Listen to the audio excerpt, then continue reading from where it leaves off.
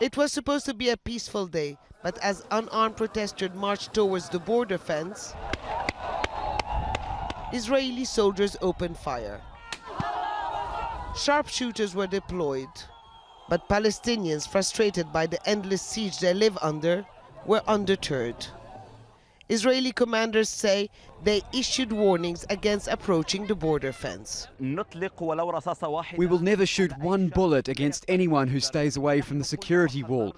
We have warned during the last few days that everyone who tries to violate the Israeli sovereignty or to infiltrate the Israeli territories will put himself and his life in danger.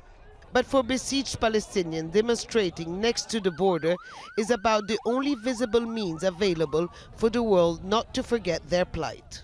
We live under immense pressure. That is why the people explode. The blockade and the siege led to the explosion. We either choose to live properly or to die. We have no space. We have no alternatives but to explode. We have nothing except the oxygen in the air. Land Day is considered the first Palestinian popular uprising. For the past 42 years, Palestinians have been commemorating this day. But this year, after Trump's declaration over Jerusalem, it has taken greater significance. It all started here in northern Israel after thousands of hectares of land were confiscated from Palestinians back in 1976. 6 Palestinians were killed then. Yara Mohammed says nothing has changed since. Palestinian land is still being taken away now more than ever. We came to commemorate this day because we have to confront the state. It's important to remember our martyrs, and it's important to save our ownership of the land. I personally think we should resist until our last breath. We shouldn't negotiate anymore. We shouldn't give up our rights. We need to find new ways. Many of the people living in Gaza today are refugees, and they're demanding their right to return home.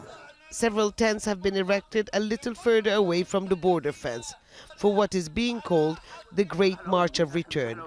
People are vowing to stay here until May 15th. By then, the U.S. is due to have moved its embassy from Tel Aviv to Jerusalem. Funerals will be held in Gaza today for the 17 who were killed during the confrontations with the Israeli army on Friday. Now, there is a lot of anger among Palestinians, not only in Gaza, but also in the occupied West Bank, and also among those who are living within the borders of Israel. Palestinian President Mahmoud Abbas yesterday has made a very short but quite stern statement. He called for an investigation into what happened, and he actually called for international protection for Palestinians. Now, we know also that Kuwait had asked for an emergency meeting at the Security Council, and that the head of the Security Council, UN Secretary General Antonio Guterres, has asked for an investigation. Now, the Israeli army says that it only shot at protesters because they were hurling either petrol bombs or some of them were armed. So far, the Israeli army says also that it had been warning protesters not to get close to the border fence. Certainly, the army was on edge because throughout the week and the days leading to Friday, there had been several breaches of that fence with people actually from Gaza making their way into Israel.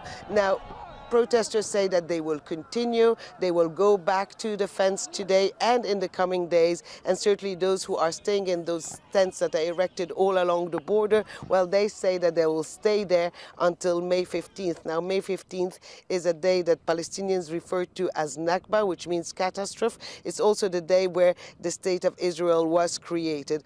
So certainly one does expect a lot of tension continuing all along this border here behind me.